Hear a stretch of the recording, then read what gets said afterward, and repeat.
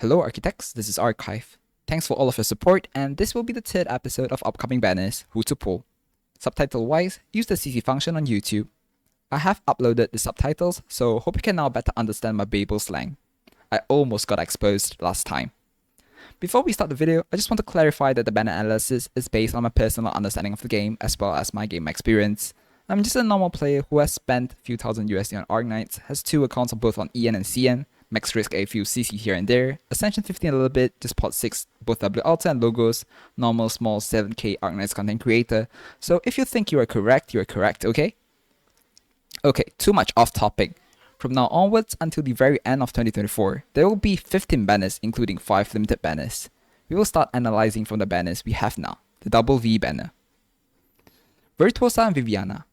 Virtuosa is a very strong support playing around the Necrosis elemental damage mechanism, which provides damage over time, DOT. Currently true damage because the officials apparently forgot about elemental damage resistance and also D-attack. When the Necrosis timer reaches its end, it will cause the enemy to D-attack for 50% at most, which is a lot. This allows us to actually have more probability in terms of stalling very high attack enemies. Fragile was very useful in the past because the enemies had little HP, so deleting them fast was a great solution, but nowadays, as you can see, the enemies have ridiculously high amounts of damage as well as HP, so stalling might be the new answer. Virtuosa is recommended for old players and new players. She will shine in new CC1 and CC2, recommended S1M3 and S3M3. Not only she is already worth as a support, but her second talent focusing on increased necrosis damage taken for 22% makes her also a potential stock for a core necrosis DPS in the future, but who knows what AK is gonna cook. Viviana the Candle Knight. She's a character that I very much like, especially the battle animation when she logged on Rhodes Island. Maybe she forgotten her Candle Bomb skill. Her archetype is the same as Surtur and was initially designed to be the counterpart of Surtur, while Surtur focuses on heli drops, Viviana to sustain and solo the boss for some time. However, as what we see now, apparent all operators designed to solo, like Helagur, Eunectus and now Viviana, apparently failed. You should blame Arknights, not Archive who is saying the truth. She plays around RNG for the shield to negate damage from elite and boss-like enemies. The RNG on S3M3 is 50%, but considering she hits twice, it can reach a likeliness of 75%. But still, when you can Surtur, why Viviana? When we think about pulling an operator in terms of meta, we need to make sure that the operator outstands, or somehow shines upon the other operators. So, summary for double V banner, one good, one skip. Get Virtuosa and run. Just a small tip, it is not worth sparking in this banner, there are better ones behind. Next will be the Joint Operation 12. Mizuki is a commonly used AFK operator right now, but I don't use it in my guides, and he is also not meta. Suzerain wise, with the second module providing some more fragility, still the best in terms of providing consistent fragility. But in CC1, CC2, hard stages intended for Suzerain to shine, she does not shine in any of them. SSS wise, the current Suzerain GG Mudrock combo is slowly not having Suzerain's place anymore.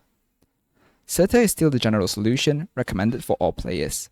All posy wise, if you got her in January 2023, it is worth it, though she was never a T0 in May, because of the prerequisites and need for 2 high ground split specific placements. But it is a bit too late in 2024, especially when we see W Alta and full map Typhoon. So nope. 3 nope, 1 good, and therefore skip. And then Legion Breacher, that I have already mentioned 5,000 years ago before Thanos stepped. She's a Biz, a pro creep product. With her, you can easily pass IS4 Ascension 15.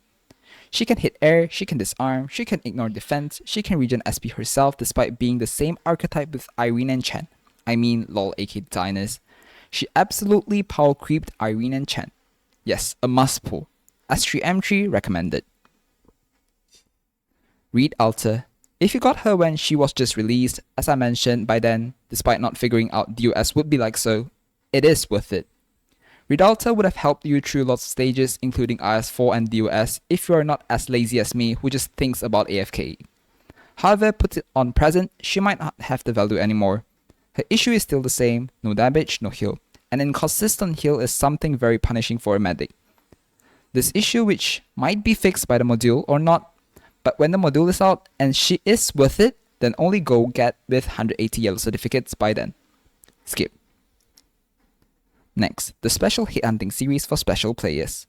These banners are for collectors. It is not worth the risk to try and get the one operator you hope for in among so many ones.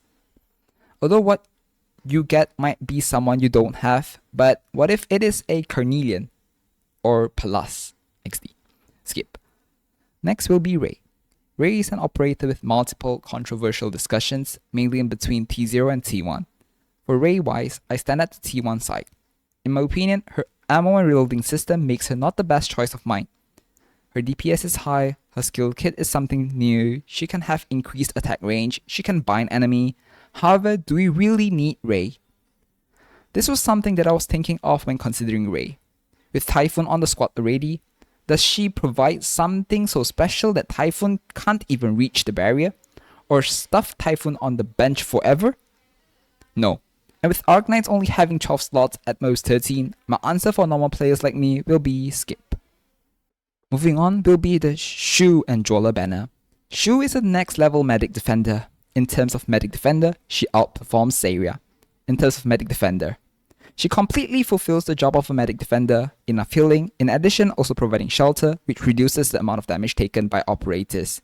She also provides consistent healing with her talent, which makes the environment that consistently causing damage no longer a problem.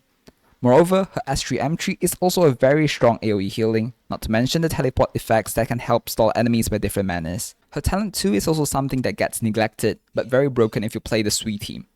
S1M3, S3M3.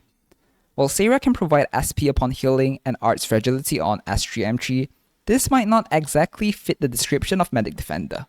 Well played, Arknight. Jola-wise, he is also in the archetype like Helager.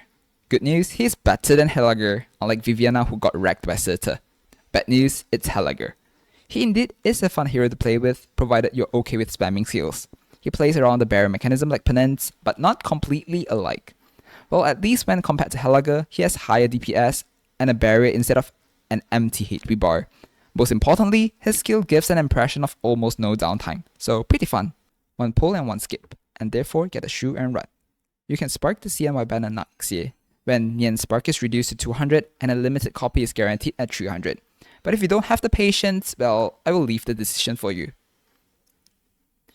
Joint Operation 13. Mountain is a solid lane holder until today, but whether you have him will not change your squad's strength significantly. He can increase the lower limit of your team, but not much of the upper limit. Skip. Swire Altar is a gift alongside Air Altar. No high multiplier, no specialist skill, no irreplaceable, physical damage, skip. Chubai Wise is also an operator with mixed commands in between T1 and T2, partially because her kit surrounding mixed damage and binding. However, as we already know, most of the boss don't get bind, and therefore you got my answer already. The answer remains the same from her release, even when her module is released today, which is skip.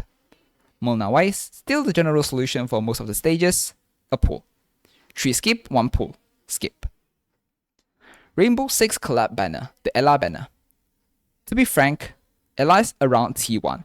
Her fragile bomb provides a lot of versatility, however it is only 30% when compared to Suzerain's almost 60%. However, you can see her as an upgraded version of Exuzai with more controllable skill timing. Together with her limited status, I will get cancelled if I say skip. S3M3. There will also be 23 pull tickets gifted here, with the latter 10 only being able to be claimed at the second week, but cannot be used in Ashe banner. Rainbow Six Oak collab, Ashe. If you skipped Ella because you're not interested in limited status, you can also skip Ashe. Ashe is very lacking, probably the weakest 6-star marksman behind Exuzai and Arquito. However, I do like to remind you that this too, I do not see any chances of collaboration rerun until end of service for Arknights. Whether or not you should pull because of the limited status is up to you, together to collect the 5 stars or not. Just to mention also, a copy of them guaranteed in 120 pulls, but only 1 copy. And we are here at Joint Operation 14. Posy, we already commented. Mudrock, with the module she is stronger. She is something in AFK guides, but she is not really irreplaceable when you can bait Chapter 13 bombs with fast redeploys. Or if you are not bothered with using some fast redeploys instead of AFKing there. Skip. Jessica Alter, personally, behind Hojiguma and Nian in terms of defender. She's a third defender option for me. If you already have the first two, probably she is not your choice. Passenger wise, he's more like a mascot, I suppose. For skip? Skip. Ascalon. Her lore is good, but apparently the stronger you are in lore, the weaker the operator is. She has a lot of kit, slow, DOT, miss, blah blah, but the bad side of knowing everything is to not excel in anything. She can do a lot, but she cannot do something to the best. When talking about bind, we have Eaton. Slow, we have Manticore. Damage, we have Mizuki. Ascalon is in this pretty awkward position. Not a meta hero, and therefore skip. Chapter 14 Pre-hit banner. Stainless. Hodera, Ines. If you skip the chapter 13 pre-hit, which was Haunt instead of Hodera because of meta considerations, you should just skip this. For Stainless, I already mentioned a lot of times, not gonna mention here. Hodera wise, I'm going to use a comment of my viewer to reply. A meat shield. And Skadi number 2. Ines wise, just boring her would be enough. Therefore, one pull to skip. Skip. And finally, the most anticipated banner of all time. Arknight's Power Creep 3.0. Logos and W Alter. About this too, they earned enough respect and will be in a separated analysis video probably next week, same time, so stay tuned. I personally get so hyped because of meta and story that I pot 6 both of them in my CN, and also planning to do so on my EN account. I hope this shows enough significance and impact they gave me, but you don't need to have pot 6, okay? It's just a way to show my hype following Ling and Texas Alter, the third limited that made me pot 6. Until here. But still again, I would like to re-emphasize that this video just gives you an analysis and recommendation. The final token of decision is on your hand, like buying your hand bone. I can analyze that Manchester City is most likely going to win the title, Liverpool is most likely going to flop and sell Salah, Arsenal is still not going to win any title, but at the very end of the day, it's you who will decide how will you be using the informations, okay? Just an example, okay? I discourage any form of gambling. Okay, bye.